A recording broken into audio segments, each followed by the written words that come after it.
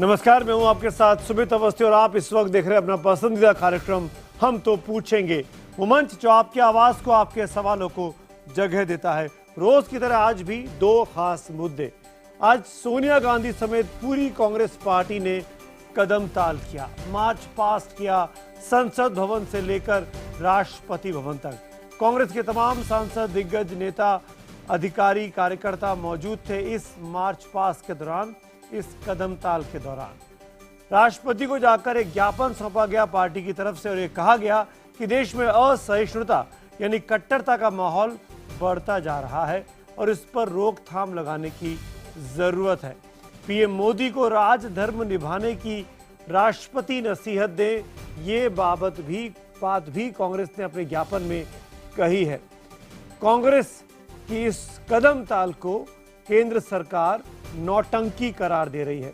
अगले आधे घंटे में हम इसी मुद्दे पर करेंगे बहस अपने खास मेहमानों से। हम तो पूछेंगे में अगले आधे घंटे डिबेट नंबर 1, कांग्रेस, कट्टरता और कदम ताल। कुछ खास संगठन और लोग जो या तो सरकार से जुड़े हैं या फिर मोदी जी की सरकार में शामिल है, भारत की बहुरंगी संस्कृति, मूल विचारों और इसके सिद्धांतों पर हमला कर रहे हैं। इंटॉलरेंस को खूब बढ़ावा दिया जा रहा है। The heart of the problem is that they believe in an ideology which is simply not tolerant. It doesn't believe in listening to other people. It doesn't believe in respecting other points of view. And that is what India is experiencing. That is what all of us are experiencing. Sonia और राहुल का मोदी सरकार और संघ पर यह हमला राष्ट्रपति प्रणब मुखर्जी से मुलाकात के बाद का है।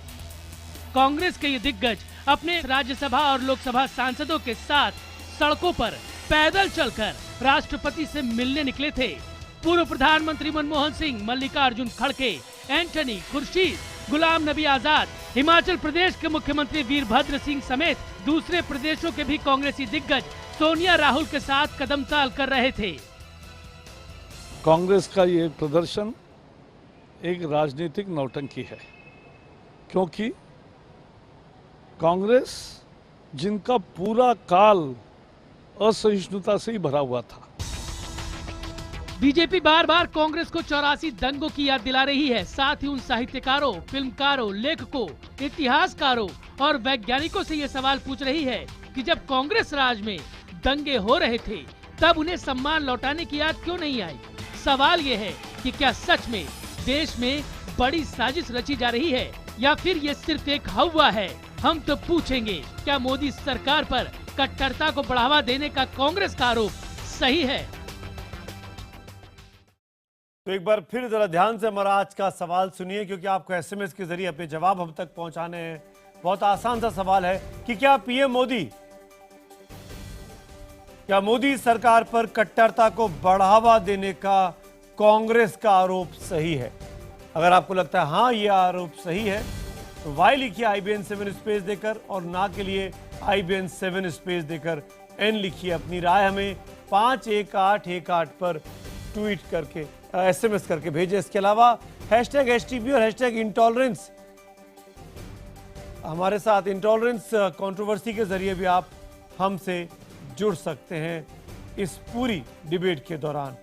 IBN खबर के फेसबुक पेज के जरिए भी आप हम तक अपनी राय पहुंचा सकते हैं। हम बात करेंगे, कुछ खास मेहमान मेरे साथ जुड़ेंगे। हमारे साथ इस वक्त जुड़ रहे हैं भारतीय जनता पार्टी को रिप्रेजेंट करने के लिए वरिष्ठ नेता सुब्रमण्यम स्वामी जी, जाने माने बिजनेस कंसल्टेंट सुनील अलग साहब, कुछ ही देर में अशोक वाजपेयी जी की जो कि जाने माने साहित्यकार हैं, और कांग्रेस पार्टी की प्रवक्ता भी हमारे साथ जुड़ने वाले हैं।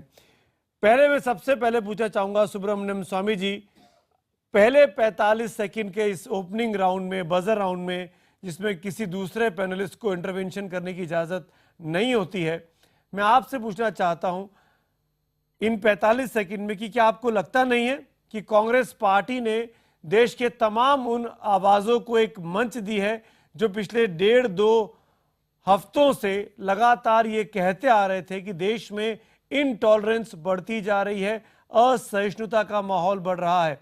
जो बात साहित्यकार कह रहे थे, फिल्मकार कह रहे थे, कुछ लेखक कह रहे थे, कुछ वैज्ञानिक कह रहे थे, आज कांग्रेस ने मार्च पास करके वही बात कहने की कोशिश की है। इसमें बीजेपी को क्या एतराज है?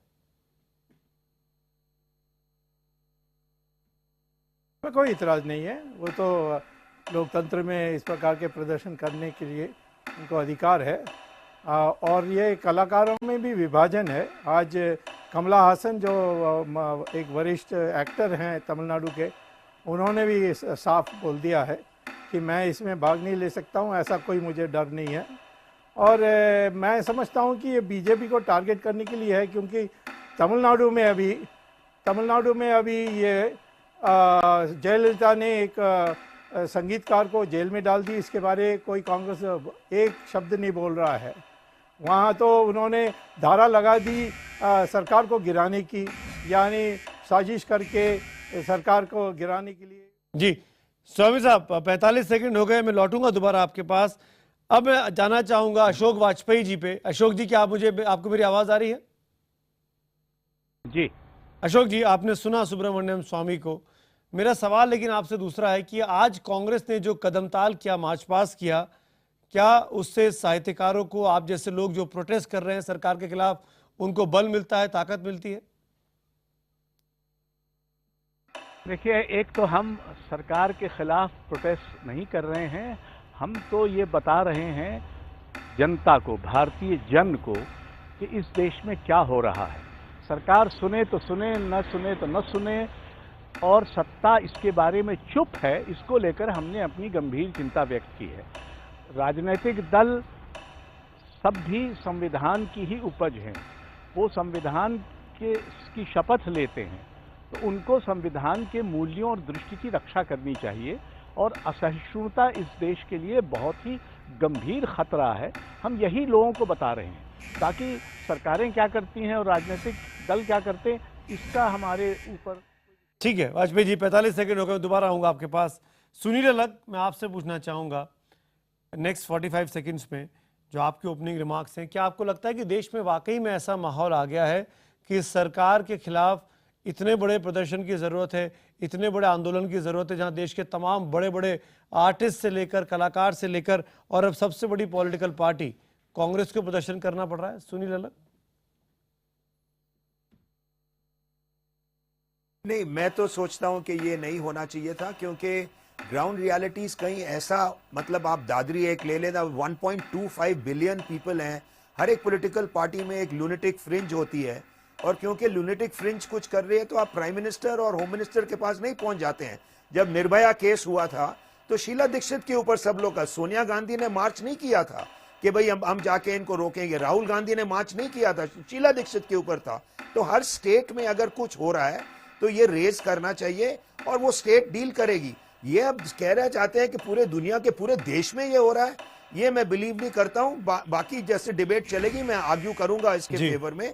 काफी है, मैंने काफी राइट सुनील साहब, मैं लौटता हूं, 45 सेकंड्स हो गए। शोभा ओझा, कांग्रेस की प्रवक्ता मेरे साथ हैं। शोभा ओझा, कांग्रेस पार्टी जो प्रदर्शन कर रही है, सुनील अलग साहब की बात आपने सुनी, बीजेपी की बात आपने सुनी, अशोक वाजपेयी जी की बात आपने सुनी, ऐसा क्या हो गया है? प्रधानमंत्री अपनी तरफ से बोल चुके हैं, राष्ट्रपति बोल चुके हैं, गृह मंत्री बोल चुके हैं, वित्त मंत्री बोल चुके हैं, और कैसे आपकी पार्टी को लगता है, और कौन बोले और कैसे बोले और क्या करे कि कांग्रेस को लगे कि सरकार कदम बढ़ा रही है?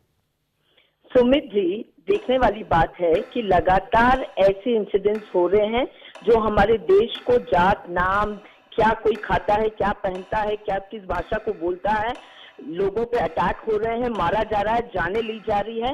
जो राइट्स कॉन्स्टिट्यूशन ने हमें दिए हैं, उस राइट्स को कहीं ना कहीं बैन करने की कोशिश की जा रही है, आइडियोलॉजी थोपने की कोशिश की जा रही है। और उसके बाद सरकार का, प्रधानमंत्री जी ने शपथ ली है इस देश के संविधान की, कि इस देश को बचाने की, एक रखने की। उस संविधान पे आज खतरा है। प्रधानमंत्री के मंत्री संजीत सोम हो, निरंजन ज्योति हो, योगी आदित्यनाथ हो, तमाम मंत्री संतरी जाते हैं और सांप्रदायिक जहर उगल के। शोभा ओझा, 45 सेकंड आपके पूरे हो गए ना। Debate is open. मेरा पहला सवाल शोभा ओझा आपसे ही है, अब कोई भी किसी के बीच में बोल सकता है। शोभा ओझा, मैं आपसे सिर्फ इतना जानना चाहूंगा, अगर प्रधानमंत्री ने इस देश को संभाल के रखने की शपथ ली है, वो इस संविधान से बंधे हुए हैं। तो क्या आपको लगता है कि प्रधानमंत्री नरेंद्र मोदी को इंटरवेंशन करते हुए कर्नाटक के मुख्यमंत्री सिद्धारमैया को सस्पेंड कर देना चाहिए था, 356 का इस्तेमाल करना चाहिए था?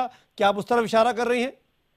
देखिए, संविधान की शपथ प्रधानमंत्री ने ली है, तो प्रधानमंत्री को जो हर बात पे ट्वीट करते हैं, हर बात पे बोलते हैं, इतना बड़ा दादरी का कांड हो गया, एक व्यक्ति को उसके घर में घुस के मार डाला गया, कोई वजह नहीं थी मारने की। उसके बाद उनके मंत्री संतरी, उनके पार्टी के लोग जाके वहां जहर उगलते हैं, उसके बावजूद प्रधानमंत्री चुप रहते हैं। प्रधानमंत्री को 14 दिन लगे मुंह खोलने के इस इंसिडेंट के बाद भी। 14 दिनों में बोला तो सही ना उन्होंने ऐसा तो नहीं किया कि बोला नहीं। सुमित जी, 14 दिन बहुत बड़ी चीज होती है, उसके बाद भी उन्होंने कोई एक्शन अपने मंत्रियों पे संतरियों पे नहीं लिया। सोनिया गांधी ने कब बोला था निर्भया पे ऊपर? निर्भया पे आपको याद होगा, सोनिया गांधी कितने दिन के बाद निर्भया के ऊपर बोली थी? निर्भया के घर अगर कोई नेता गया था तो वो सोनिया गांधी जी खुद चल के गई थी, और निर्भया को विदेश इलाज करने सोनिया गांधी जी ने भेजा था, सरकार ने भेजा था, सोनिया गांधी जी खुद गई थी।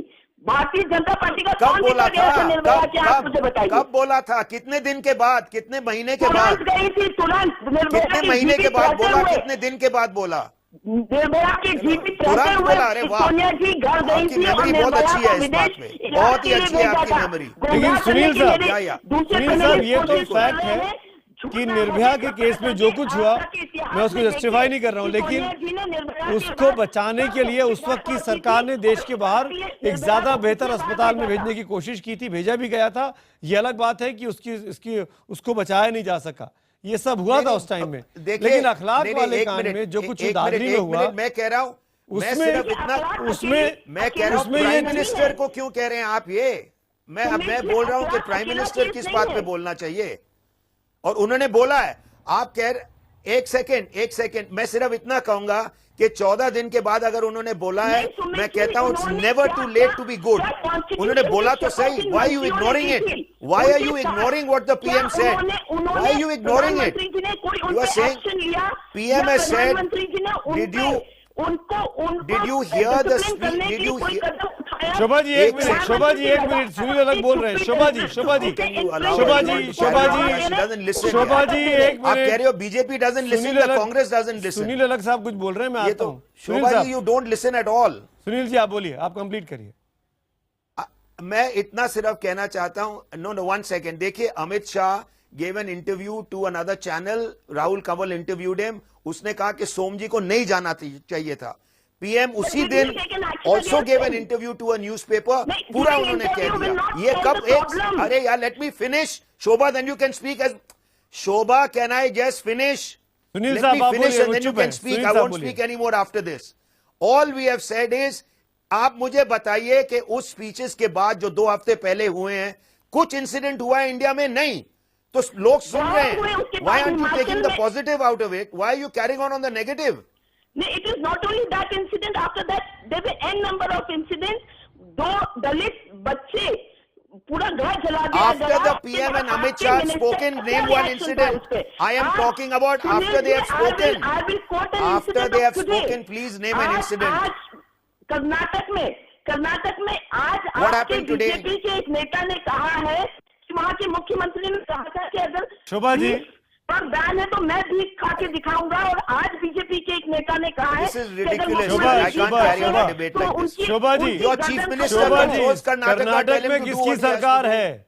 आपने क्या पूछा सिद्धारमैया से? सोनिया गांधी ने सिद्धारमैया को अल्टीमेटम दिया, आंसर लिया कर्नाटक में जो घटना घटी उसको लेकर, कि नहीं लिया, कि इसमें भी प्रधानमंत्री को इंटरवेंशन करना पड़ेगा? कुछ नहीं दिया। देखिए, बिल्कुल नहीं, शोभा। आप, सुमित जी, ये बात बहुत अच्छे से समझ लीजिए कि इन पूरे हादसों का वो शोभा कर्नाटक जी, का हो, राजनीतिक चाहे स्टंट उत्तर करने से प्रदेश कुछ का नहीं हो, होगा। चाहे तमाम आप देश में कांग्रेस जो पार्टी के intolerance लोग की मार्च घटना हो रही पास है, उसके करेंगे। पीछे कौन सी आइडियोलॉजी नहीं है? शोभा जी, आप लोग इस बात को भूल जाते हैं। ये बात, मेरा सवाल अशोक वाजपेयी जी से है। अशोक जी, क्या कलबुर्गी की हत्या में राज्य सरकार की जिम्मेदारी थी या केंद्र सरकार की जिम्मेदारी थी? अखलाक की हत्या में किसकी जिम्मेदारी थी? यूपी सरकार की थी कि नरेंद्र मोदी सरकार की थी? क्या केंद्र सरकार को राज्य सरकारों का कामकाज में दखल देना चाहिए? क्या कानून व्यवस्था किसके अधिकार क्षेत्र में आता है? अशोक वाजपेयी जी। जी, ये सही है आपका कहना कि इन दोनों राज्य सरकारों की जिम्मेदारी थी, पर अगर वो राज्य सरकारें अपना समय, अपनी जिम्मेदारी ठीक से नहीं निभा रही हैं, तो उनको चेतावनी देने की भी जिम्मेदारी केंद्र सरकार की है। केंद्र सरकार तरह तरह के मामलों पर एडवाइजरी इश्यूज करती है। उन्होंने कोई एडवाइजरी इशू की कि ये असहिष्णुता बढ़ रही है, दलितों पर, मुसलमानों पर और दूसरे अल्पसंख्यकों पर, विचार के भी अल्पसंख्यक इस समय शिकार हो रहे हैं। ये सिर्फ धर्म का अल्पसंख्यकता सवाल नहीं है। क्या उन्होंने कोई एडवाइजरी इशू की तो कम से कम उसको सार्वजनिक तो नहीं किया, ये उनकी जिम्मेदारी है।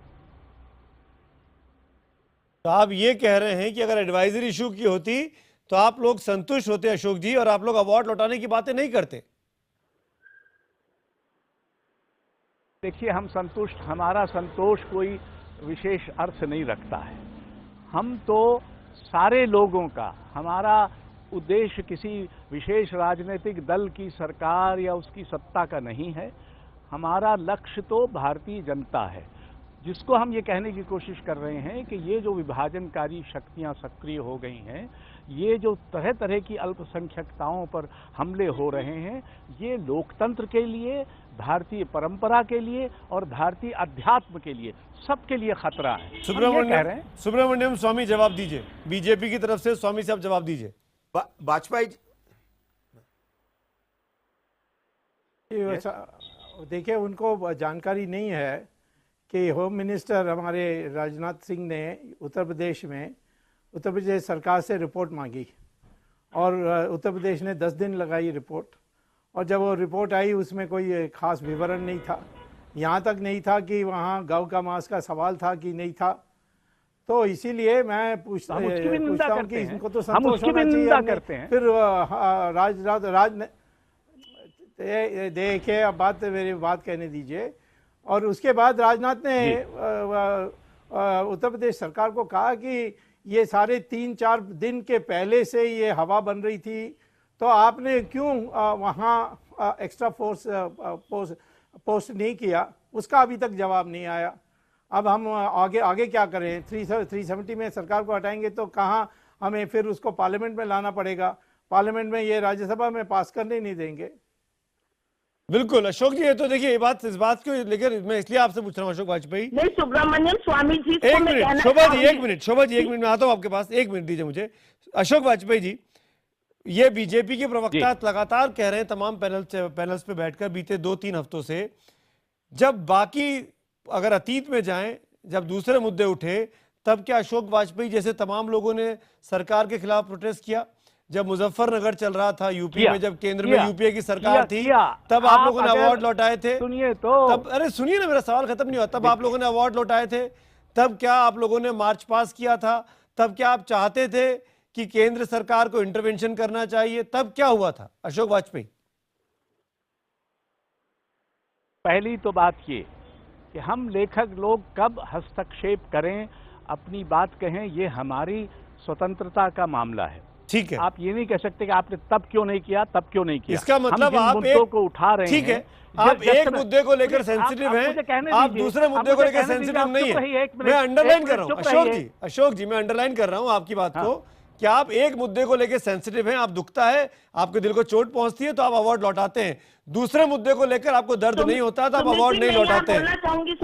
अशोक जी देखिए, प्रोटेस्ट के बहुत सारे फॉर्म रहे हैं। जो पिछले दिनों बहुत सारी घटनाएं होती रही हैं, उस पर हम टीका टिप्पणी करते रहे हैं, हम लोग लिखते रहे हैं, उसके विरुद्ध प्रोटेस्ट करते रहे हैं। जब मामला लगा कि बहुत ज़्यादा व्यवस्थित ढंग से, सुनियोजित ढंग से हो रहा है और पूरे देश में हो रहा है, तो हमने प्रोटेस्ट का एक नया तरीका अपनाया। उस तरीके से आपकी असहमति हो सकती है, लेकिन हमको प्रोटेस्ट करने का अधिकार है, वो हमने किया। बिल्कुल। और अगर हमने, सुनिए 1 मिनट, अगर इस प्रोटेस्ट से 500 से अधिक वैज्ञानिक, 400 से अधिक कलाकार, इतनी बड़ी संख्या में दूसरे लोग आ गए, तो उसको आप मैन्युफैक्चर्ड पॉलिटिक्स, मैन्युफैक्चर्ड रिबेलियन कह रहे हैं। तो प्रधानमंत्री, आप सुनियोजित तरीके से प्रोटेस्ट जो कर रहे हैं, उसी पर अरुण जेटली कह रहे हैं कि ये सुनियोजित तरीके से प्लान करके साजिश चल रही है सरकार को डिस्टर्ब करने की, क्योंकि देश एक विकास के रास्ते पर आगे चल रहा है। अरुण जेटली जो कह रहे हैं वो जाने, हम तो ये कह रहे हैं कि हम सुनियोजित ढंग से तो हिंसा, असहिष्णुता, नफरत की राजनीति आप कर रहे हैं, आप मैन्युफैक्चर कर रहे हैं, हम नहीं। हम कैसे कर सकते हैं? हमारा तो इससे कोई लेना देना नहीं है। हम तो ये कह रहे हैं कि आपको अच्छा, एक मिनट अशोक जी, परंपरा, भारतीय लोकतंत्र की जी सुनील अलग कुछ बोलना चाह रहे हैं जी। सुमित जी, शोभा जी मैं आता हूँ। एक सेकंड अशोक जी, मैं सिर्फ आपसे इतना पूछूंगा क्योंकि मैं कोई ऑथर से मिला हूं उनसे, कि मैं सिर्फ एक सवाल आपसे भी करूंगा, उनका जवाब नहीं आया मेरे पास।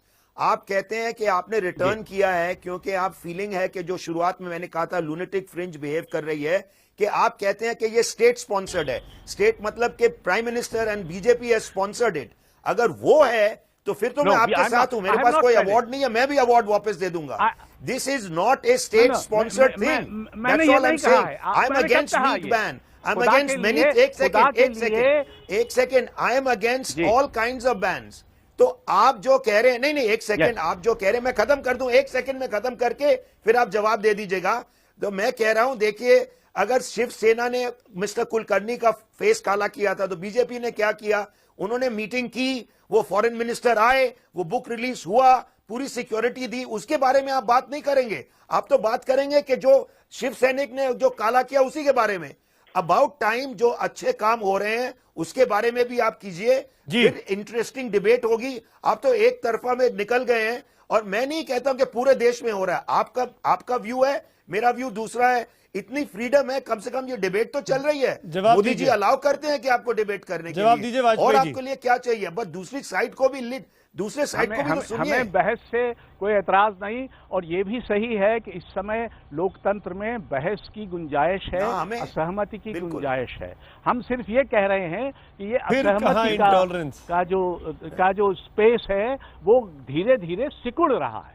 चलिए, शुभा ओझा आप कुछ बोल रही थी, लास्ट कमेंट शुभा ओझा का, फिर सुब्रमण्यम स्वामी का जवाब। मैं कह रही हूँ कि चाहे वो तमाम इंसिडेंट्स हो, चाहे लव जिहाद के हो, चाहे घर वापसी के हो, चाहे बीफ को लेके तमाशा जो पूरे देश में मचाया हुआ है, ये राइट विंग फ्रिंज ऑर्गेनाइजेशंस ने, बीजेपी और आरएसएस के आइडियोलॉजी ने जिस तरह से, तो क्या पूरे देश में कोहराम मचा हुआ है? इतने सारे साइंटिस्ट पद्मश्री, पद्म भूषण तक वापस हो रहे हैं, तो क्या सरकार और बीजेपी और आरएसएस अभी भी नहीं देख पा रही कि देश में क्या हो रहा है? जी, मैं समझती हूँ कि पूरी तरह आज भी देश में, जैसे कि अभी अशोक जी ने कहा, सरकार अपने खुलकर डिबेट हो रहा है।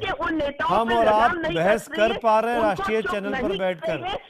अभी इमरजेंसी नहीं लगी है, अभी दफ्तरों में ताले नहीं जड़े जा रहे हैं। देखिए सुमित जी, इमरजेंसी लगी थी तो उसका फल भोगना भी पड़ा था, उसकी माफी इंदिरा जी ने मैं भी यही कह रहा हूँ। और अगर आप बीजेपी के हितैषी बनकर ये प्रोटेस्ट कर रहे हैं कि आप इमरजेंसी लगाएंगे तो ये होगा, हिंदुस्तान है, तो ये हिंदुस्तान है, शोभा जी डाइवर्सिटी में सुनिए, जवाब सुनिए। चलता रहा तो वो दिन दूर नहीं जब ये गुरूर जो आपको गुरूर लग रहा है, वो भी नहीं बचेगा। सुब्रमण्यम स्वामी, आप लोग अहंकार में चूर हैं। सुब्रमण्यम स्वामी जवाब दीजिए, लास्ट कमेंट। नहीं, इसमें अहंकार का सवाल नहीं है। पहले तो मैं ये कहता हूँ कि 1984 में एक मंत्री HKL भगत और एक member of parliament Sajjan Kumar, इनको तो सारे साक्षी ने कहा कि ये इन्वॉल्व हैं, और इनको हटाया नहीं गया, इनको तो पद दिया गया था। और HKL भगत को तो देखिए आप इंटरप्ट करेंगे तो तो याद कर रहे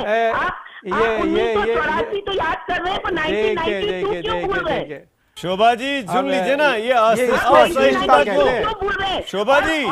शोभा जी ये असहनशीलता क्यों? आप जब बोल रही थी तो स्वामी साहब सुन रहे थे। I have to wind up. आप शोभा ओझा आपका एग्रेसिव होना जायज है, आपका एग्रेसिव होना जायज है, पर दूसरे को बोलने तो दीजिए। नहीं, पर जो गुमराह चलेंगे तो इस तरह से अरे आप शोभा जी, वक्त है, किसी कार्यक्रम का वक्त होता है, सबको बराबर मिलना चाहिए। स्वामी साहब का लास्ट कमेंट, मुझे वाइंड अप भी करना है। सुब्रमण्यम स्वामी जी, तो मैं ये कह रहा हूं कि पहली तो ये बात है, दूसरी बात ये है कि मौन की बात कर रहे हैं प्रधानमंत्री के। अब 10 साल के लिए प्रधानमंत्री का नाम ही था मनमोहन सिंह, तब कांग्रेस पार्टी ने कुछ नहीं कहा उनको बोलने के लिए, वैसे उनको चुप कर रहे थे मेरे ख्याल में। तो आज उनको क्या अधिकार है ये कहने के लिए कि प्रधानमंत्री हर विषय पर बोलना चाहिए जी। इसीलिए ये इससे आज पब्लिक इनको मानती नहीं है। और सब चुनाव में कोई भी जीते वरुण कांग्रेस जीतने वाली नहीं है, ये दिखता है साफ। अभी कल्याण और डोंबिवली में ऐसा ही हुआ, कोल्हापुर में बीजेपी 3 सीट से 32 सीट पहुंच गई। तो ये क्या बात कर रहे हैं, ये पब्लिक के बीच में जाकर देखें। माफी चाहूंगा सुब्रमण्यम स्वामी साहब, माफी चाह रहा हूं, बीच में इंटरवीन कर रहा हूं। शुक्रिया अदा करूंगा अपने चारों मेहमानों का, लेकिन ये जरूर कहूंगा एसएमएस पोल भी आपको दिखाएंगे नतीजे क्या हैं। लेकिन कर्नाटक के कलबुर्गी साहब की जो हत्या हुई थी, आज करीब 2 महीने का वक्त बीत रहा है, अभी तक एक भी गिरफ्तारी इस मामले में कर्नाटक सरकार ने नहीं की है और ना ही ये मामला अब तक केंद्र की जांच एजेंसी सीबीआई को सौंपा गया है। तो क्या सोनिया गांधी, राहुल गांधी वहां जाकर भी मार्च पास करेंगे? क्या इस बारे में कांग्रेस से सवाल नहीं पूछा जाना चाहिए? क्या कांग्रेस का ये जो कदम ताल था, क्या ये सियासी नहीं था, राजनीति के उद्देश्य से नहीं किया गया? इस पर सोचिएगा जरूर। वक्त हो चला ब्रेक का, लेकिन उसके पहले एसएमएस पोल, क्या मोदी सरकार पर कट्टरता को बढ़ावा देने का कांग्रेस का आरोप सही है?